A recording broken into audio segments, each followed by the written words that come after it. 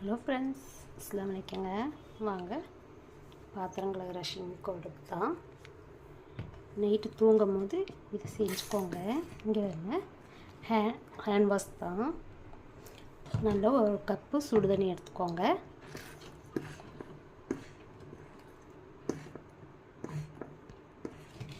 கொஞ்சம் ஊற்றி பாத்திரம் கழுகி முடிச்சோன்னா இல்லை பாத்திரம் எடுத்து அந்த பக்கம் எடுத்து வச்சாலும் சரி, நீங்கள் தூங்கும் போது இந்த டிப்ஸ் பண்ணி பாருங்கள்.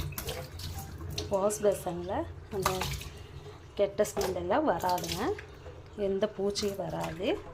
இப்படி ஊற்றி விட்ருங்க.